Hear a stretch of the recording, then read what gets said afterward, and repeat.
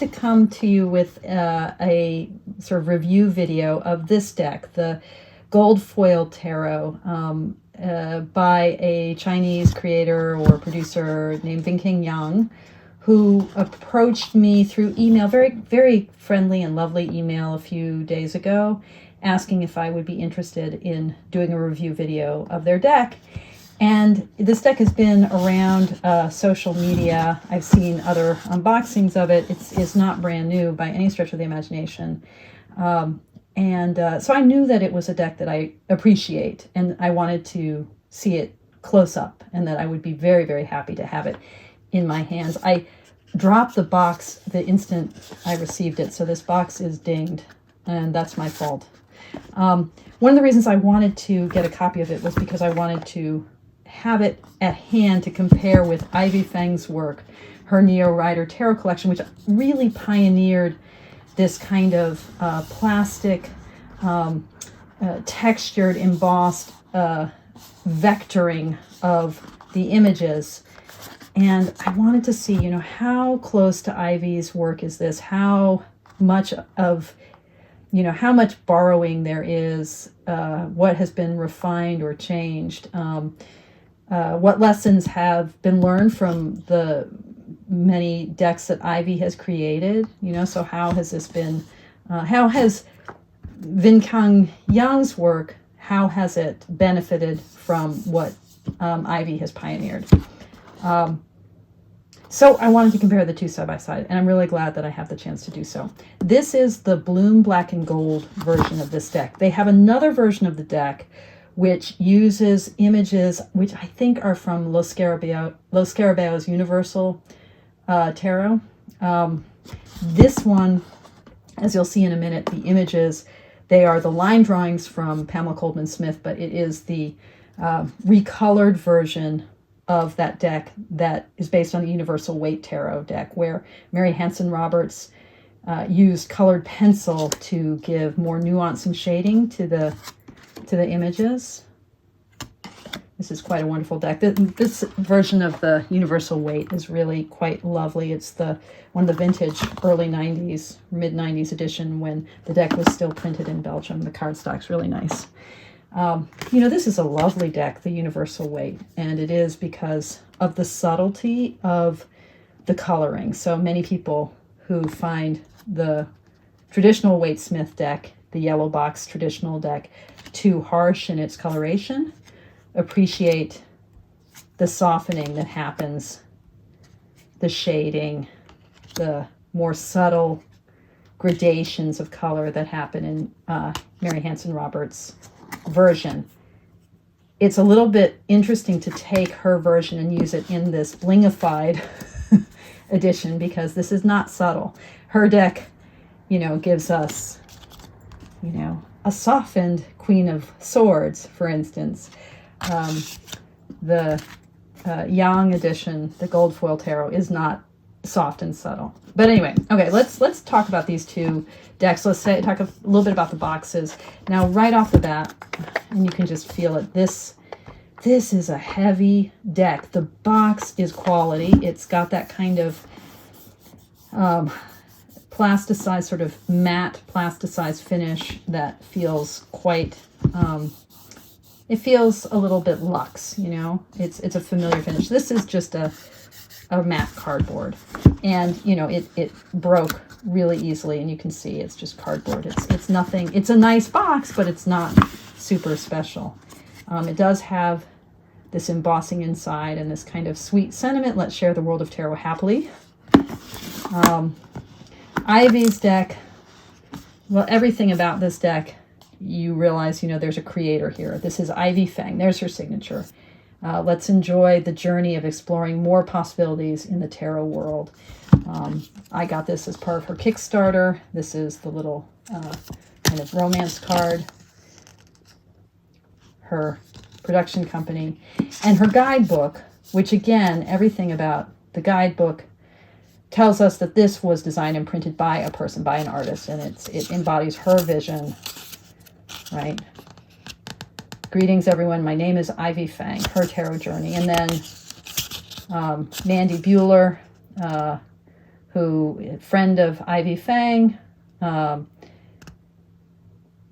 you know, Ivy's manufacturing and printing company, and her description of the Rider-Waite upright and reverse card meaning. So it's a more individualized, or not personalized, what do I want to say?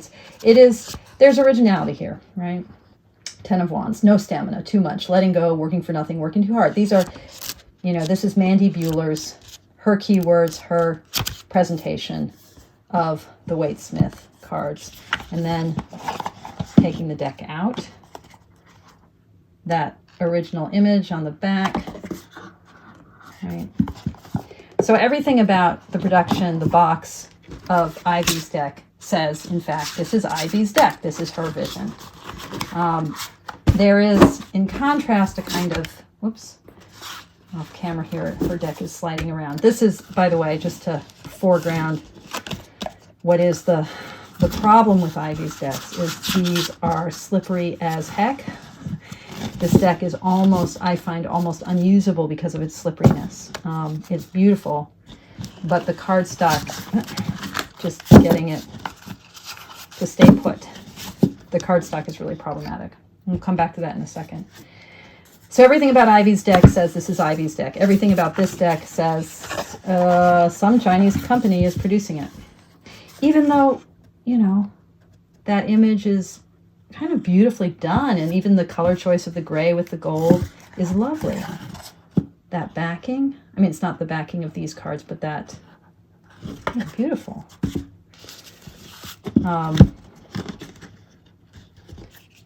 The book, this is Stuart Kaplan's introduction from his white books, and then pictorial Key to the Tarot, abbreviated meanings. I mean, nice to have these little color images, but abbreviated meanings from Arthur Edward Waite's descriptions.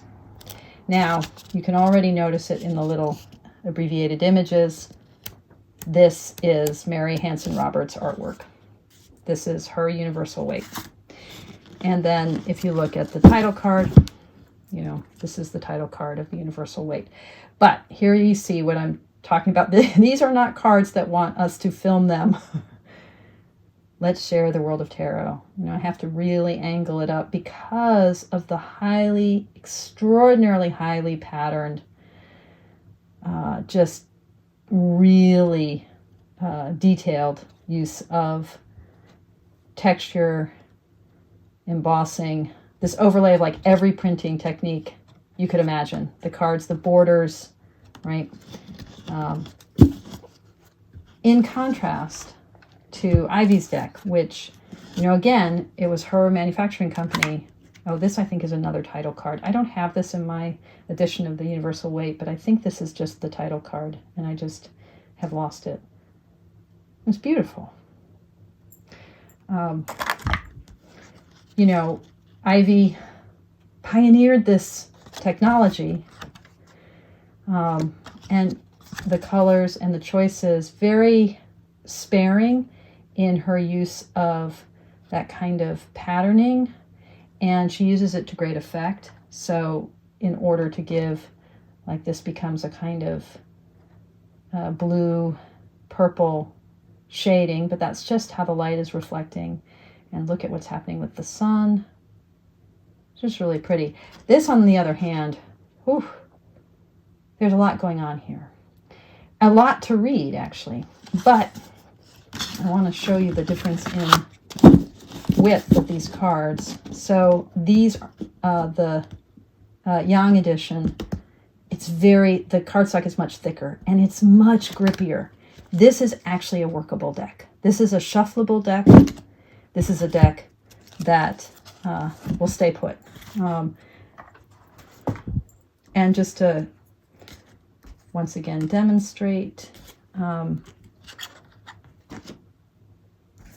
so this imagery is from the Hanson Roberts deck, and you can sort of see it in the detail of the face and the coloration of the skin, right? Now, I think that there's some real intelligent choices that are made here, like, you know, this kind of sunburst effect behind the magician. I love how the flowers pop out. You know, this card is flat in contrast, right? But this card is also, these cards are also legible in a way that this one is a little bit hard, especially in any kind of reflective light. In natural light, it's a little bit easier to read them. These are the Yang edition. These are cards that will kind of startle and bedazzle, and in an in-person reading could be really effective, but not ones that you want to use on your Instagram page, right? Because photographing them is really hard. But, you know, I love the kind of choices. Look at all that kind of square and rhombus kind of patterning here that kind of echoes the fourness of the emperor. It's really, I mean, there is some real thought behind what patterns were used. And the colors are incredibly vivid and brilliant and bright. In the hands, these cards feel nice. I mean, they've got that kind of nubby texture that sometimes plastic finishes can give, so that they're grippy. These cards I don't really enjoy holding. I don't enjoy touching. These cards I do. So tactile experience. Whoops, where did my... oh, there was strength. Tactile experience. I love, you know, I love that we've turned the lady into a superhero with the star and the shield. You know, it's like Captain Marvel or something, Captain America. You know, I love it. I love this Hermit card. So there's a lot here to love.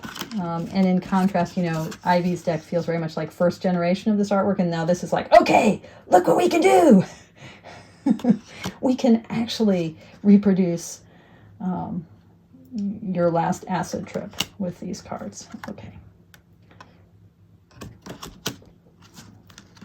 This kind of Alfred Hitchcock vertigo effect, right?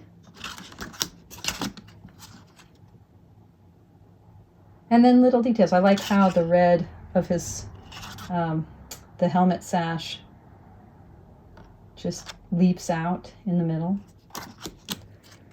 The colors are so brilliant and vivid here. And some of that is from using Hanson Roberts images to begin with, but a lot of it is the choice that they made in the manufacturing process. Look at the devil's wings. But then, you know, this card, there's just too much going on, right? I mean, there's just too much. Versus the much more, you know, this is so sedate by contrast. Just the clouds have that kind of corrugated effect.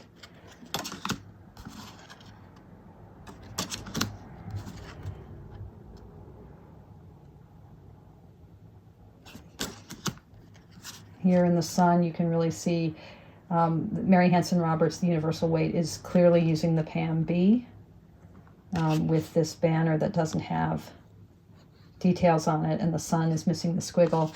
I was trying to figure out which deck Ivy Fang is using. It's not Pam B. Is it? It might be a C or D. Most of the time when people are using Pamela Coleman Smith's artwork, in order to avoid the Stuart Kaplan copyright issues, they'll use Pam B or Pam C, as opposed to the Pam A, as opposed to the original 1909, 1910. Okay, we're going to go a lot faster now.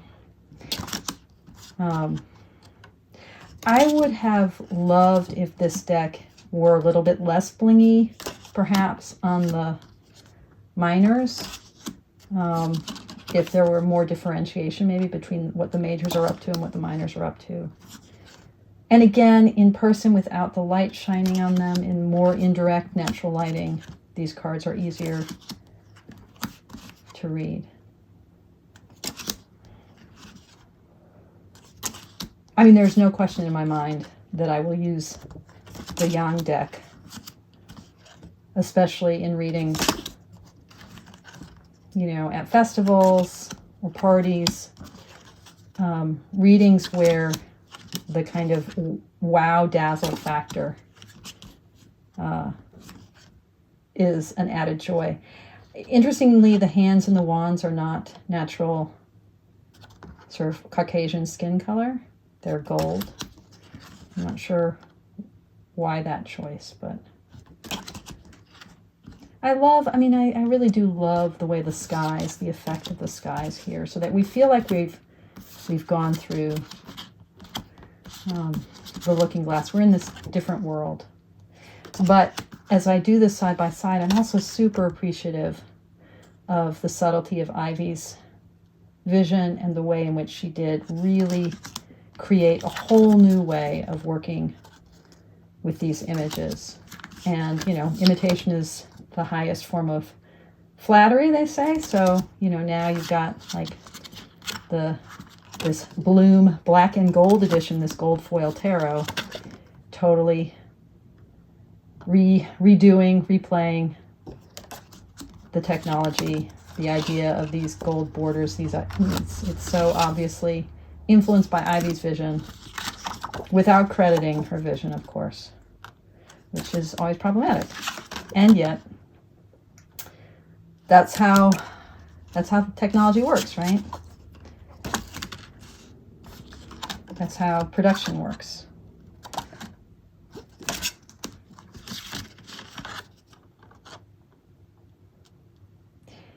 Yeah, as I look at the fonts, I am wondering if these two decks really might be using different editions. Like this might be a Pam C and this is a Pam B. Oh, I love that. The hexagon as the shape for the Three of Cups. It strikes me that one can kind of interpret some of the geometry that's been used here.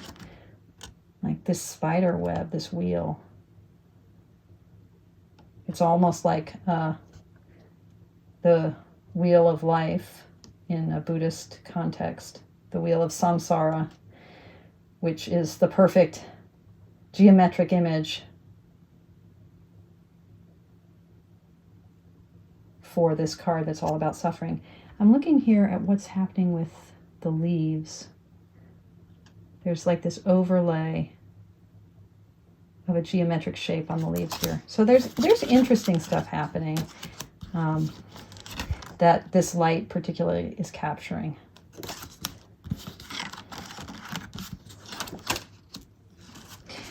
And if you're like me, I'm gonna see, Ivy's cards are just sliding all over the place.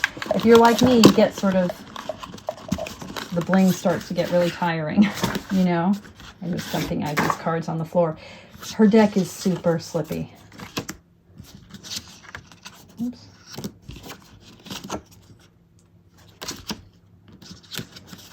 You're sort of like, okay, let me just have my little Page of Cups with his fish. Let's keep it simple, people. And it's, no, it's not going to be simple.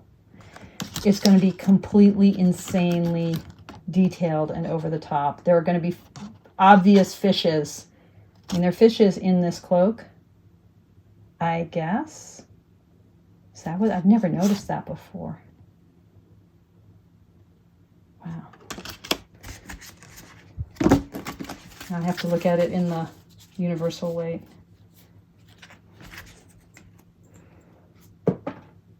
Yeah. Wow, there you go. I never noticed that about the Knight of Cups. This is making me want to look at it in the Pam A.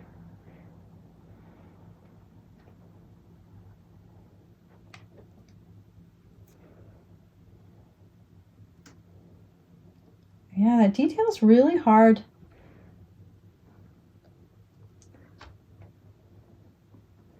Yeah, the detail gets a little bit lost in the Pam A, but there it is. I had not noticed he has fishes in his cloak. Wow. How long have I been reading with this deck? Holy moly. Wow. Okay. So, this made me see the fishes. that's something. That is a thing. I love, look at the way that the scalloped edges look like. Well, like a scallop, like a shell. Oof. Yeah.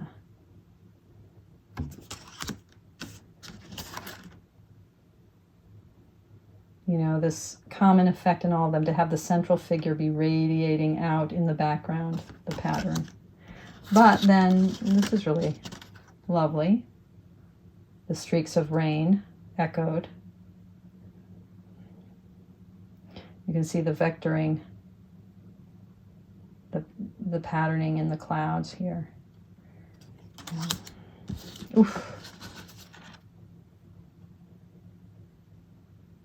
And again, in indirect light, the details aren't quite as sort of overpowered by the patterning. That is an artifact of the way light is reflected here. But it's fascinating, isn't it? It's kind of like, and then, and then things do simplify in the Nightmare card with that black background, or in this magnificent Ten of Swords.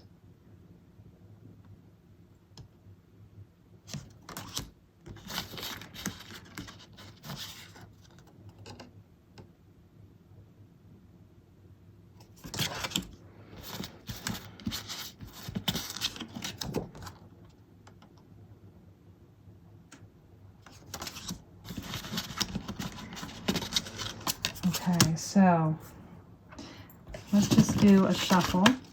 I'm not going to try to shuffle Ivy's deck. It is hard to manipulate, but I will demonstrate a riffle with the Yang deck.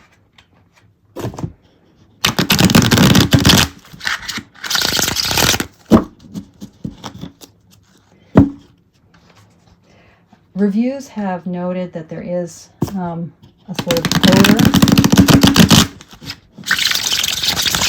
with these cards when they come straight to you from the factory. It's pretty subtle. I would not say that there was much of an odor. But yeah, these decks, if what you love is the kind of letterpress quality of, 350 GSM cardstock, this is not what you get here. But instead, you're going to have quite a onesie experience. This deck is all about light, all about bling. They do also include, as part of the deck, this, nice, it's not lined, but it's a nice velvet pouch with actually, higher quality pull than your average velvet. It's quite thick, and it has this beautiful embossing on it that echoes the embossing on the cards. So all in all, Vinking Yang's Gold Foil Tarot, available on Amazon and elsewhere, I'm sure. I will include the link. It's a phenomenon, these blingy decks, and this is a really good production of it. But I just want to keep making sure that we give Ivy Fang all the credit for really bringing this trend into the market. Okay, I hope this was interesting and enjoyable, and as always, I thank you for joining me, and I thank you, you lovely people, for your practice. May your cups be full. Take good care.